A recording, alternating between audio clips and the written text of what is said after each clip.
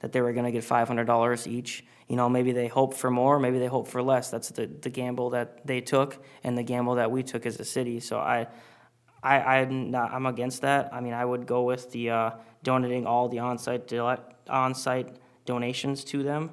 But that's as far as I'm gonna go on it. I don't know if anybody else has any input. I agree with that, but I don't think us as a council, when we volunteered to go there, I don't think we should take any of that money. No, we So, didn't, we're not getting any of that. I intended of actually donating my time and just, cause, that's the community thing to do. Right. But, and I'm not here to say we don't appreciate them, we absolutely do, and it was up to the community and people that went there and to donate if they thought that it was worth it. But, the numbers are what they are, and I'm in favor with what Luke's saying. I have a quick question. How many of the volunteer groups were all nonprofits? All of them were working for nonprofit organizations I or a thought. nonprofit youth group of some sort. Right. I'm okay with giving them all the donations collected at the event and the 40% we agreed to, which is in much, $319, is that right? The $319 total was part of that donations at the event, so Oh, it's $798. If you'd like to Yeah. give that full amount and have it split evenly, then that's what. I mean, we could have easily collected zero, so I'm okay with splitting up that $798 between the volunteers. I wish it was more. So do I, and it's not to say we don't appreciate the volunteers by any means, it's just you can't take out of the taxpayer's pocket for a So- volunteer. So we were talking about the 60% that the city was gonna get and throw it in the pot? Is that what the discussion was? I'd even be okay with that. So that's where my vote would be. I would agree. I don't like that we're doing it. It's unfortunate that there was an implied expectation that they were going to receive that, but if they receive all of what was received for donations, then it is what it is. Well, just so you know, that isn't true. We collected a lot of donations from businesses, which equaled, with over almost $10,000 in donations from businesses. This is just, I think the he means QR code on-site, thing. Yeah, just on-site donations. right, not to the event, but to the other donation thing. okay. Yeah, that's, all on-site donations is what I'd like to just see split up. Okay. That's what Steve was in favor of last month too, so I think that's a good compromise, if we can get a motion on that. Motion to divvy it up. Yeah, the whole 700, yep, I make it that motion. okay. Second. All right, there's a motion on the table from Councilmember Peterson and a second from Councilmember Holmgren. All in favor, say aye. Aye. Any opposed? Motion carries 4-0. And then I just want to clarify for follow-up on this, you want us to bring other ideas that might be unique outside of just the Illuminate Iceni event, to utilize potentially the lights and see scaled-down versions even? Yep. Okay. Or if they can sell, or And, yeah, ask. anything. If you happen to be talking to any of the retail places and it's a prime location for one, you think they have room, mention it to them. About leasing or buying, or, Right, leasing or buying, yeah. Could they also Leasing make would be content? great. We could get some of our money back in 10 or 20 years or something. but then we still have to store it, that's the problem. Oh, Could they also make contact with like Sam's or Miracle on the Hill or the place in Duluth and see Sure. if they're looking for more, if they want to expand their show? Sure. All right, that sounds good. All right, so we are on K4, municipal cannabis dispensary discussion. So I know we had talked about this in the past, and I wasn't sure, since we'd have a new council member coming in, if we'd still had the same sort of stance on it. And I had talked to the liquor store manager, Keith, about, the potential for it. And I think there's a lot of benefits to it, for our city residents especially. Of course, I've been pretty adamant against the legislative work that the state had done on this, or lack thereof, I should say. And what they've gone through the process has been extremely poor planning, and I think that if we want to protect our city and our residents from potential ineptitude at the state, that we could, look at taking something over ourselves. Local government is always better than bigger government. We're more in touch with our constituents. There's no government preemption involved in local government. It's literally the people through us making decisions. It's not people down in St. Paul or Minneapolis making decisions for us, based on the laws. So I wanted to consider maybe just looking into some of the potential financial impacts of adding a municipal cannabis store. We already have the liquor store with the parking lot and the staff and the infrastructure. And I think it might be a good opportunity. So I don't know how much Keith had to add, but Well, first of all, thank you, Mayor and Council, for having this discussion. I think there is a potential for a lot of revenue for the city without it coming in the form of property taxes, and it also does give us control, access to it. I did put together a little discussion handout that each of you have, and I was going to just touch on a couple issues, highlight a couple issues on there, and then answer any questions that you might have. First of all, the liquor store, you guys took a chance on that a few years ago, moving it over to the other side of the highway. And I just want to point out that because you were willing to take that chance, since 2021, we've been able to send $1.55 million back to the city's general fund. That's helped to keep taxes flat without cutting services. I think that's important to recognize that, that municipal cannabis is kind of the same animal. It would be taking a chance to go in on something like that, but the potential benefits right now is when you'd have to make that decision, because once the door is open, everybody else and their brother's going to be clamoring for their seat at the table. Unlike municipal cannabis, or unlike municipal liquor, municipal cannabis wouldn't be the only game in town necessarily, but just like we run the liquor store, we pride ourselves on great service, great selection, great prices. The same would be said for a municipal cannabis operation. The application window is February 18th is when it opens up. Applications have to be in by the 15th. There is a $2,500 application fee when you submit the application, and then if you're approved when you get the license, there's a $2,500 fee, and then every year there's a $5,000 renewal fee. So there are some costs with that. With starting this, ideally having a location on the north side of the liquor store would be great. It would help the liquor store. We'd capture the traffic going north. Just like the liquor sales, we want to increase revenue, but we don't want any of these social problems that come with that. People are buying their booze over there, and they're getting out of town. Cannabis could be the same thing. People are buying their stuff there, and they're heading north. Of course, we take pride in serving our local residents too. But that's something I wanted to point out. But it may be smarter to lease a smaller location until we have a more mature market and a better understanding of the process and how much revenue it's going to bring in. One really big difference between running a liquor store and a dispensary is your overhead should be a lot smaller. You don't need a big store. You don't need a huge selection. I've got, a real basic overview of what a dispensary would be. You have a secure check-in area or a room where somebody's checking an ID. Then they let them into the store part. They can see their samples, of the flour and whatever else is in there and make their purchase, and out the door they go. So that is the way the state is going to require retail? Yep. Okay, because I know I asked that question at another meeting, and nobody had the answer, but Yeah. Yep. So you don't need a big showroom or anything. People generally, when their customers are coming in, they know what they're looking for, and you don't have to have a huge selection. Sure. It all does the same thing. Just a different smell, different effect, I guess, all that stuff. So there's that. You wouldn't.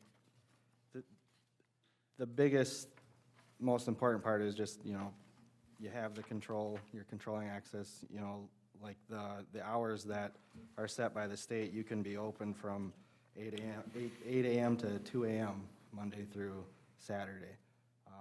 You know, that wouldn't make business sense, I don't think, up here to be open that at all. But, you know, to capture that traffic heading north, you would want to be open, you know, 9, 10 o'clock in the morning and maybe till 9, 10 o'clock at night, but certainly you don't have to be open any later than that. Yeah, it could be a lot like the liquor store hours.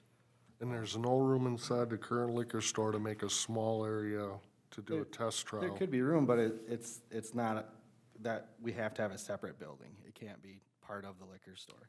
So then you're talking about an investment on speculation. Unless he said maybe a rental type of thing. But the other thing is how are you gonna oversight that much cash? It all has to be cash. You can't keep track of that money other than on a cash basis. And that's where I'm really uncomfortable with that, very uncomfortable with it. Did you know that roughly I 20? would require a large amount of security, oversight as far as watching that money go from the customer to the city, from the city to wherever it goes. I'd want to really have really good track of it. And I. So would we. I think there's Right. far I- more, I know, I don't think the city should be, And actually, I agree with your point. There is a lot of potential for, you know, something bad to go happen with a lot of cash. But on the flip side, devil's advocate, if it's all cash purchases, you're not paying the credit card fees.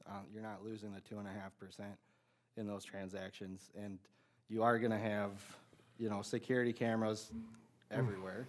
You're gonna have records of everything. You know, to meet the state standards, you have to have a record from seed to sale of your stock. You have to have tax records, and you have to be on top of all of that stuff. And even running a liquor store, 80% of our sales are credit card, 20% is cash. We're still handling quite a bit of cash, but, you know, we've got yeah, but procedures in it's place to cash do you that. can put in the bank. We can't put that cash in the bank. That's the problem. Some banks.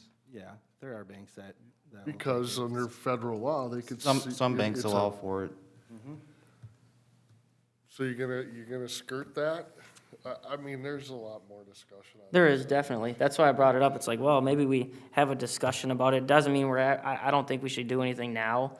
But I think last time the discussion just got shot down, and I look at it as, right now, the state is not doing a good job at all of any of the rules and any of it, and I would like to have some sort of local control on it. But at the same time, I'm against government and business, but it's, you know, you could say it's protecting the residents, it's protecting the taxpayers, so it's kind of, it's a splitting hairs and hard to decide which way to go on it, but I think we should definitely hear the information for it before we just say no. I think the lady that was in charge of this quit.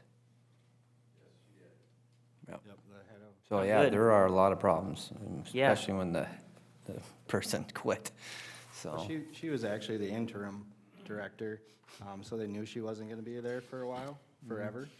But you are correct, she did quit. And So, I had a question. Do you know of how many other cities that are currently planning something like this? So I'm in a cannabis work group that we have Zoom meetings maybe once a month, maybe every couple of months. I was looking at it, there were about 50 other cities that were in it at this time. Throughout the state, or is this Throughout like a the regional? state. Okay. So I know, like, I've seen names on there, people from local towns. I know that Anoka is looking at it. I know that St. Anthony Village has, like, hired a consulting group to put together a plan for them and look at potential revenue and shortcomings and address issues like cash. You know, what are you gonna do with the cash? But that's where, you know, you have to have a plan for all of that before committing to it, and that's why we're having this discussion now, is to identify all the issues. But, you know, being part of like that work group like that, you see what's working and what's not working for other cities and what issues they're coming across, you know, and how they're handling it too. I mean, if there's no law at all that states that you can't take the cash from the customer, put it in put it in a till, have accountability for it, and then put it in the bank, I'm leaning more towards what you're saying might work. But if it can't go in the bank and it has to go in a safe, that's where I'm starting to have a big problem with it. I know that right now, the federal government isn't enforcing any of that, and I don't believe they ever would, and I doubt they would ever go after a city. But if if there's a legal aspect where we cannot do it, it's totally against the law, or we're breaking federal or state statute by doing it, then we have to abide by that, I And guess. that's a legitimate concern. I do also want to point out that we're not the first state to open up a legal recreational marijuana. think there's- And they've been taking cash Right. for quite a few years. So I think there's an advantage to not being the first, as a lot of those kinks have been worked out. But that's where we need to have the answers to those questions. And I did see that there's 24 states that have recreational marijuana. And Oklahoma has the most dispensaries per population, Really? which surprised me. And they're only medical, I believe. Something, yeah, Yeah, but they're I was not just doing a brief, investigation into it, but, or, just looking into it, but I was surprised on how many states, red states that were doing it. And there are, just as an example, a few years ago, I went out to Montana fly fishing, and that's a pretty conservative red state, everybody's wearing flannels and got long beards. It was great. They had dispensaries everywhere, and it blew my mind, and they were taking cash, they were, taking, because that's the only way you can pay, you can't use cards at all. But how profitable are they? I have no doubt we'd be profitable probably the first few years, but after the competition and, I'm just having a hard time believing it could be profitable long-term. I don't know. The reason. I would have to look at business plans and see some business plans of other type of facilities just like that, in other states. So the reason I brought it forward was last time, we voted not to even authorize city staff to even look at it at all. And I think that was a bad decision. Obviously, there's a lot of variables, but to not even give the staff an opportunity to look at, what are businesses, municipals in Colorado making or other states, it's. True. And I really do think that we need to have some sort of say in the game because the state does not have our best interest in mind. So however we do that with this, I don't know, but I think to get more information, I know Keith is in favor of it, and I think we should give him the opportunity for us to at least look into it, because he's done a great job at the liquor store, and if he thinks it can be great, and it's just, get information and then go from there. Still think government shouldn't be involved in business, and. But they that are in isn't- the that regulation isn't of the our- permits already.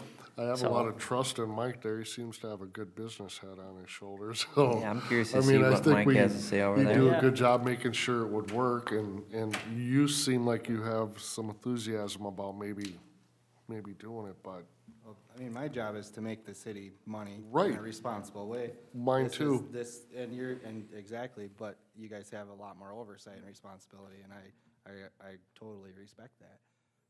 I want to be able to present this idea to you and give you all the facts that you need to make a sound decision, and one that you're comfortable with. So if I had the opportunity to bring you maybe some of the plans that other cities are coming up with, I'd be all for that. Todd, if you have something that you'd like to say, come on forward and state your name and address. Thank you. Big man, Commissioner. My name is Todd Christensen, County Commissioner, District 4, newly elected. I just wanted to give you guys an update. I'm sure some of you have heard it there, that the county has passed their cannabis ordinance.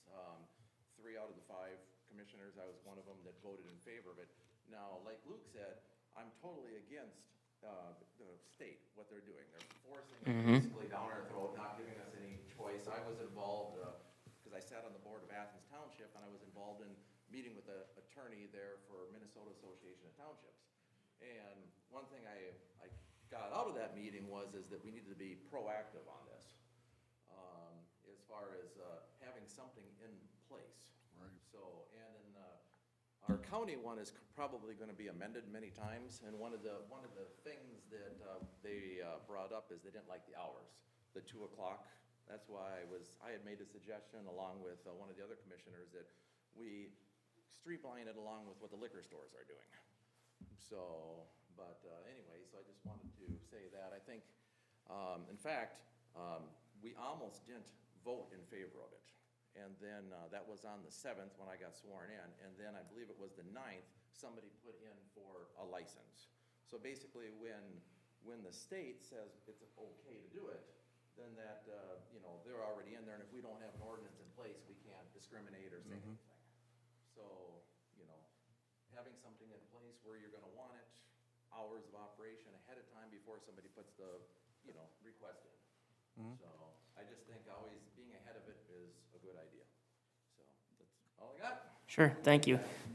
So Mayor, you could share that, just in case we have people who don't know, we did pass the ordinance that does allow for open-ended, unlimited license in the city of Iceni currently. So if, it could be the direction of council to authorize staff, and I would ask for a vote of that, just in case it's not unanimous, we can know, because doing research does take an incredible amount of time, so to ensure that staff, because I would have Keith as well as Mike work on that project together to get a plan of what other people are doing and do that and research and bring it forward to council. But it is true, so if we have applications come in right now, under the ordinance that we have, we cannot change our mind later. So if the direction, just hypothetically, was to limit the license because we will have to have competition. There has to be one other dispensary besides the municipal one, but we didn't want to have more than that, and we wanted to limit the number. Anyone who's put in their application prior to that change of that ordinance would still be able to be permitted. So, yeah, that is a concern. One thing that I had thought about, I don't necessarily know if our community is for or against the legalization, but I think if we were to have our own municipal and, what I worry about is out-of-state people coming in and putting down a business and then taking the money out of state. Colorado, California, all these states already have entrepreneurs and they see money to be made here. And that's not gonna help our local community one bit, none of it. So to me, if we have a municipal store, I think that shows that, well, Iceni's not a soft target. They're not gonna wanna necessarily come in and compete with the municipal when they could go to North Branch or somewhere else that doesn't have a municipal. And that's how you sort of, you have your own sort of regulations almost in the fact that you just created competition to keep the people that aren't gonna benefit our community out. And it's, the free market works and it's great, but at the same time, we don't want our money going to another state because that's counterproductive for our residents. So, there is, obviously there's risk and there's a lot of questions, but financially it just seems to make a lot more sense. Yep. Just to add on to what you're saying, there's actually at least one private equity group that's out of New York that's been approaching cities in Minnesota since it's been legal to ask them, hey, if you get a cannabis license, give that to us and we'll run the cannabis operation for you, take on all the costs, but we're taking 75% of the profit. You're getting 25% of the profit. Great short-term deal, but horrible long-term. But that's an option. But that's, there is potential for long-term income. That's why there's equity firms coming, hunting for people that will take that deal, for short-term gain at long-term pain. But they're out of state, I would assume. Yeah. So there you go. There's another, I'm telling you guys, I think they have a minimum market, that they would even offer something like that. And Yeah, well, I don't think- Iceni is big enough market for someone to offer a deal like that, especially a expense they're gonna have putting up a building and. I don't know, if you look at our municipal liquor store, if you look at Coburn's, if you look at Quick Trip, those three all sell out the roof. It's the number one Quick Trip, the number one Coburn's, our liquor store kills it. There is the market there, just because we don't have the population, there's a lot of people from surrounding, because we do liquor store stuff better. The Coburn's and the Quick Trip, I think there's a huge opportunity here. Yeah, I think investment groups will see it, but if you have your own muni, that really was gonna keep the trash out.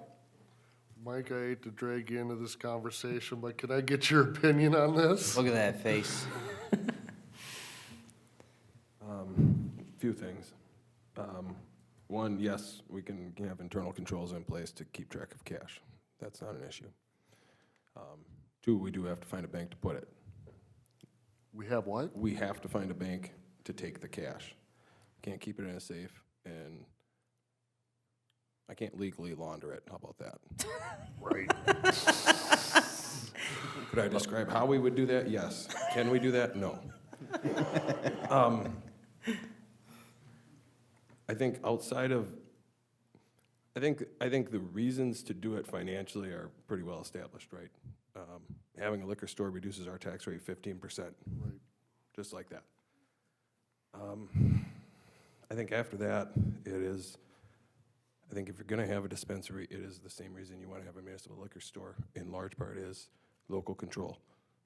If it is a private dispensary, you cannot just have an officer go in there whenever.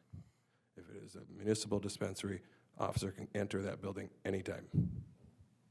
I think that's kind of a big deal. I think that if you accept the reality that there is likely to be a dispensary in town, and it is not going to be municipal owned, you may or may not like how that dispensary is run, and you may or may not like the people that come along with it.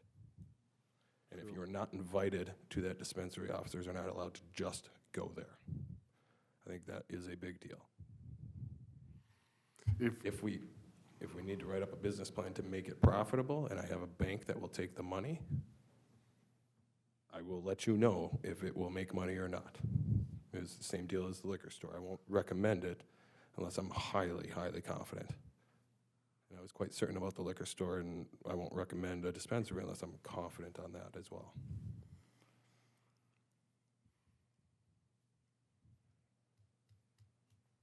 Nick?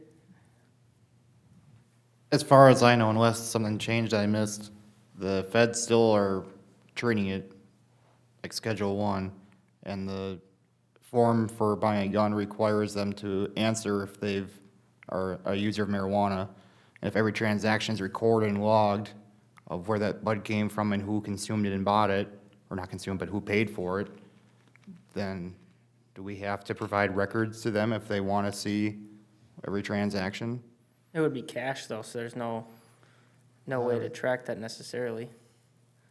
There's not the transactions recorded as far as who purchased it? I don't think so. There's no way for them to digitally track it. You know, unless the state requires that you scan an ID. I haven't seen that in the legislation, but that's the thing, that stuff is, they got the gun half cocked and they somehow shot it, you know, so. Must have misheard that. I thought you were saying every transaction was recorded from beginning to end. No, for monetary. I wanna keep track of every dollar. Oh, you want that? goes- Yeah, if Okay. every dollar goes across the table, especially if we can't put it in the bank. I wouldn't be so concerned about it if we can put it in a register and then it goes to the bank. Yeah, and Keith had Weird referenced thing. seed to sale, and what he's pointing out there is that you have to be able to definitively prove where this came from, that it is what you have advertised it is, that you didn't buy this from a cartel or some random dude down the street, that this That was, too. this plant was grown at a particular place, it is a particular strain, it has these properties, and you've advertised it as such, and it is when it is sold. That's the. I think it makes it safer for our residents too who want to partake in it. I don't know, Does a liquor business have does ATF have way more control over the alcohol? So what goes in, what goes out must come in. There can't be something like, you couldn't go to Costco and buy 8 or 9 cases at cheaper than what your distributor would give it to you to, and somehow slide it through your system. Could you possibly do that? No, there's actually liquor laws in Minnesota where you have to have the same pricing available to every retailer. So you wouldn't be getting a better deal at Costco than the best deal you could get through the wholesaler. But if you could, that would be very illegal. You would lose your liquor license. You'd face Right. jail time as well. And even if he tried to do that, me and my auditors would find that within 12 months anyway. There's not a scenario where he'd get past 12 months anyway, so wouldn't matter. And I believe, like the cannabis, it's, part of the reason it's taking so long to get rolled out is they're trying to make sure that there aren't dispensaries on every corner. So the market will last because they don't want the black market to take hold. And it's gonna be more regulated, I mean, just as regulated, if not more, as alcohol. Well, I ask that in case you have an employee who can get black market and sell it through the liquor store and it's all cash business, but see, there's so many controls that would have to be in there to make sure just everything's on the up and up. Yeah, you would have different internal controls for inventory at a cannabis dispensary than you would at a liquor store, right? I mean, part of it is simply that $1 million of cannabis takes up considerably less space than $1 million of beer, right? But the fact that it is smaller and lighter does require some different internal controls, but it's not that they can't be designed and followed. I like your idea if we did ever move forward with this, is to do it in a smaller building somewhere else before we ever spend city money to build a building, unless we decided to do that expansion of the liquor store early and use that, and then if it doesn't work, we can use that same part of the building for what we had planned in the future to expand the liquor store for. I mean, something like that. So I've given this a fair amount of thought, and we can't have it inside the same building as the liquor store. And I doubt very much they would even allow simply a different door. I think under the same roof, I don't even know that they would go for that. But regardless, even if I came in and made a recommendation that here, I believe that this is a viable business plan, I cannot imagine a scenario where I'm recommending anything other than a lease, at least in the short term. I would suspect I probably would want probably a 5-year lease, maybe only 2 years with a 3-year option on our end. And it would be sort of, we're gonna find out by the end of the 3rd full year whether this thing works or not. And at that point, then that would be the 2-year mark remaining on the lease and give me 2 years to build a building. This site immediately north of the liquor store would be fantastic. It would not be adjoining, but it would be adjacent. And Jason has already predetermined that lot size is big enough for a roughly 1,200 square foot building. That would be roughly what you would want for this. You don't want a giant building for a dispensary. And it would share a parking lot, infrastructure, draw. You know, you have people go get their groceries, their gas, their marijuana, their alcohol, all of it at once. Well, and It's, we already own the Fruits and lot. greens? I mean, Huh? it's not, we're Fruits and not greens? acquiring a new lot. And we haven't had any luck selling that lot anyway, so. right. I don't want You- to, use it. sell it. I don't want to wanna sell it keep either. Yeah, so, All right.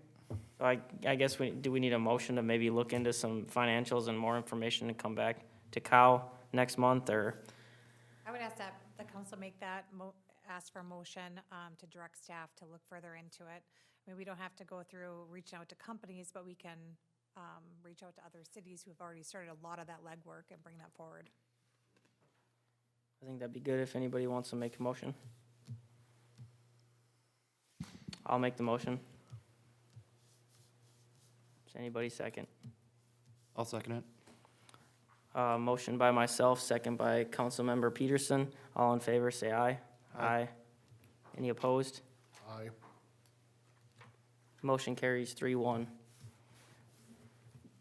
With Councilmember Heeman opposed. You know, we'd already had the discussion, and I gotta stick to my core on this, and that is, you know, city shouldn't be in the business of doing business.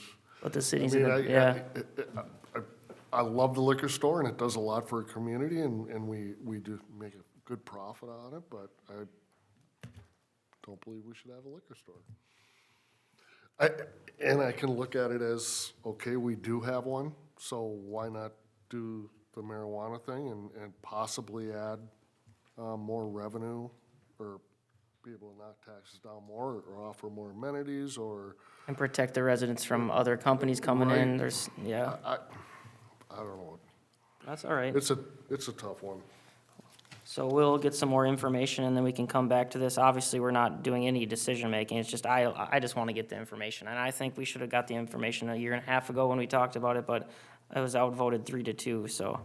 Might be able to sway me with more information, but, you know, somebody comes in the meantime, because we still have our ordinance on the books that's unlimited, and we could fill up 2 or 3 slots right away. And if I understood correctly, one license gives you 5 retail locations, something like that. One license is good for 5. I don't know the exact specifics of that, but I can tell you that it does, on the state site, it says one retailer may operate up to 5 locations.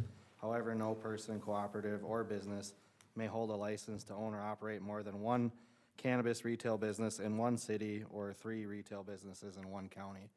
So it is limited. So. Correct. All right, so that concludes K4. We can move on to K5, Isani County Road Safety Action Plan. So this was something that I had asked to bring forward because there are intersections in our community that are very highly discussed, specifically Whiskey and South Passage. And I think the county needs to know that there is an issue there. I guess they feel like there isn't, but I think our residents needed to let them know that there is.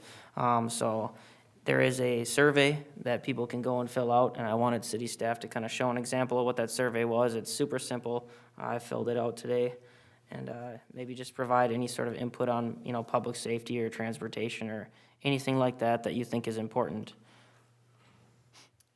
Thank you, Mayor. So just to take a step back, so originally I started reaching out to the County Highway Engineer Bergerson about that intersection, Whiskey Road next to the curve, intersection Whiskey Road Southwest and South Passage, because of the area concern council kept on, and our residents kept on bringing up.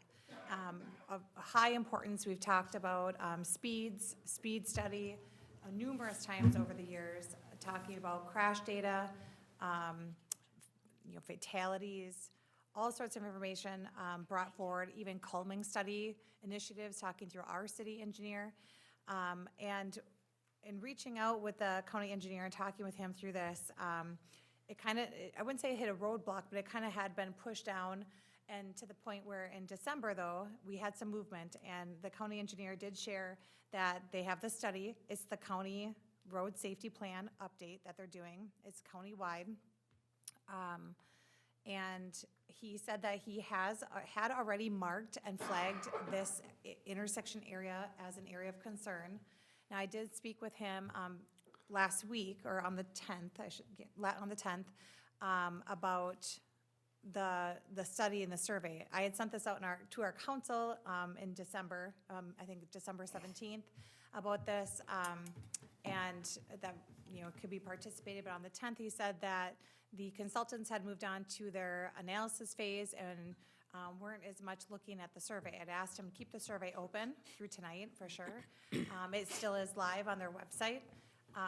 And there's also not only just the survey here that we have shown on the screen, but also there is a wiki map that you can drop pins of areas of concern as well. And that is still live. I'm not sure when these links won't be live. But it definitely is, seems to be working. And as I mentioned, he did say that through what he's seen thus far, even without having the speed data that we are collecting, but looking at all the other information that's been collected so far, that he said that definitely this will be an area that they will be looking at. But again, they're looking countywide at things. Okay, good update, thank you. Anybody else have anything to add to this? I guess I just wanted to push for people to get their opinions heard. I think the county's done a good job in the last couple of years trying to get information for their comprehensive plan and getting the community involved, and I just wanted to spread that net, so hopefully people here have the opportunity to provide that input to them. I think all of us council members should go on there and do some stuff too. Make some recommendations on what we see in our town. Another concern for me is, as you guys have heard, is obviously Heritage Boulevard, west of the tracks towards all the way out to the middle school is absolutely horrible condition. Last year we had a complaint where, they came and did some fill work and it just basically disintegrated and was rifling people's cars with, rocks, and that street is horrible condition. It needs to be repaved like 3 years ago. So I think if we can get in their ear a little bit about it, maybe they'll address the concerns of the highest traveled road that they have in their county. Anybody else have anything to add? I was unaware of the survey, but I'll definitely push that out, but Whiskey Road is my backyard, and 95% of the cars will be fine, and then you have someone doing 50, 55, Sure. so it's definitely a problem. Yep. Sounds good. Okay. And Mayor, if I could? Yeah. We were maybe gonna bring this up at COW, but COW ended right before council. So you did have another item that you wanted to discuss, and I was gonna remind you, and if you'd entertain it, I'll remind you now. Which one was that? I forgot. I knew I was forgetting something. It's the Facebook Live advertising. If we wanna add Yes. that as business item K6. Yes, so business item K6, if you guys don't mind, how do we approach that? Just ask to add it, or do we just do it? If we could have a motion to add that Okay. as K6, that would be great. So, do I need to explain it at all? Just, No, we'll just entertain a motion to add K6 to the business agenda, and that is to discuss Facebook Live advertising. How long is this gonna take? 5 minutes, I hope, 10 Okay. at the most. I'll make a motion to add it. Second. All right, motion by Councilmember Holmgren, second by Councilmember Peterson, all in favor? Aye. Any opposed? Motion carries 4-0. So I had an idea. I think we need to somehow continue to push that we are Facebook Live, because, you know, getting people to interact with us has been a huge push that I've had and we've had as a council the last couple of years. And we do the Facebook Live, but not everybody knows about it. So my goal, I want to personally, or have with the help of the community, post all the agendas before every meeting in the Facebook community pages, and I would like to add to those agendas, like, hey, watch this meeting live at, you know, on our Facebook or whatever, so that way people know that it's live and they don't have to come in. They can just simply, you know, click on the Facebook page and find the video and watch it, so that if there's something they're concerned about, but they can't, you know, take time off work, or they don't want to come in because they're worried about whatever here, I think it, you know, it just advertises the fact we provide a way for them to be involved and see what's going on, so people know what's going on. So that was just my suggestion, is to add like a blurb on there, maybe have it in like a blue writing or something, so it's like, you know, like a hyperlink look, so they, you know, understand that you can, you know, go see it online. And that was just kind of my basic idea. I think we should be continuing to push for more and more community engagement however we can, and Facebook has shown that it is the way that people are comfortable. You said sponsored, so how much do you want to, Sponsored? yeah, I didn't say sponsored. Advertise. Advertise. which, yeah, you can pay to, Oh, no, that's not where I was going with this conversation. Okay. This conversation, I just wanted to basically have some sort of, I guess, advertisement for our city council meetings on our agenda. So like, when the city posts the agenda, have a blurb in there that says, you can watch this live on Facebook. oh, And then, definitely. yeah, and then people know it's there, and they don't have to guess, well, where can I go to watch this, or, you know what I Sure. mean? So that's what I was talking about for now. I know we have discussed potentially having the city share the agendas to the community groups, and Josie had mentioned before and last week when I asked you about it, I forgot we had talked about this, but that they would have to keep track of it, so I don't think that is necessarily a good thing, but I would like all of us as council members to try and remember to post the agenda before in the community groups. And then I know there is a resident here that said she would be willing to help as well in posting some of these, you know, so I think the more we post and the more people understand what's going on, they might get the correct information instead of spreading misinformation about what's happening. So it's, I think people like the gossip, well, that's true too, but, and Yeah. that's where those rabbit trails and, you know, they get the wrong details. sure. But So- I think they prefer some of the wrong details sometimes, and because they just take away with it. It's just like, slow down. You can always reach out to the city for all this information that I've seen on social media. You can reach out to City Hall and get all this information. It's public information, Or any of us. or any of us. We're all happy to talk to people, and I think that's what the look that we should continue to push for. So, And Mayor, we can definitely look to see if we have another line on our agendas. So when we post our agendas, we post it as an image on Facebook, but we also post it at our community billboards. We leave it here at City Hall. But we can see if we can add another line here that says watch on Facebook Live. So then it would be on all of our agendas, front page, and then we can add it to our Facebook posts. sure, and then I don't know if there's a different language you want. Do we want to say watch it on the City of Isani Facebook Live, or, I didn't have any language ideas in mind, but I figured we'd be a sounding board amongst us to figure out the best wordage. Facebook Live, and I don't think it needs any more explanation. Okay. I had just, were we gonna try to diversify our social media on different platforms? Like Instagram? Yeah, like, you know, whatever the younger crowd's into. Tiki-taki? Apparently Facebook is old news. Not that we don't want to talk about it here, but that is one of my topics of discussion on our goal-setting meeting, is to talk about the other social media platforms and our website and getting more information out. So it'll be brought up soon. Yeah, We already have a YouTube account. Can we stream on there as well? No, they're uploaded after the meetings. Could they be multicast though? No, our hardware is not capable of multicasting. yeah, we looked into that. We did. Right when I came on, that was a big discussion. I've been pushing for this Facebook stuff forever, even before I was on council. It's like, you gotta get your community involved because people wanna get involved, but you have to make it easy for them. So, do we need a motion on that to add it to the agendas? No? Okay, No, I don't think so. We'll just do that. okay. Sounds good. Let's see here. We have nothing left but the consent agenda. Are there any questions on the consent agenda? Motion to approve. Second. Motion by Councilmember Heeman, second by Councilman Holmgren. All in favor? Aye. Aye. Opposed? Motion carries 4-0. Other communications, is there anything super important in there, Josie, that we need to discuss? Not that I have for you, but I do have something to add, just to let everyone know. We will have our annual goal-setting meeting on February 4th at 6 PM. So I know that was in the announcements, but again, Yep. just want to get that out there. Sounds great, thank you. We have exhausted the agenda. I'll take a motion to approve, or a motion to adjourn. Motion to adjourn? Second. Motion by Councilmember Peterson, second by Councilmember Holmgren. All in favor, say aye. Aye. Aye. Opposed? Motion carries 4-0, therefore we are adjourned.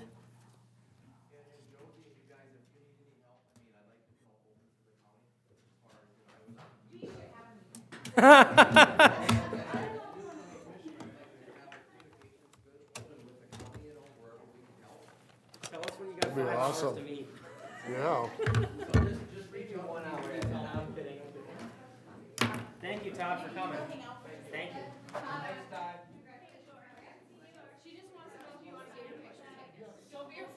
Great, she's like, stay here. Either now or later.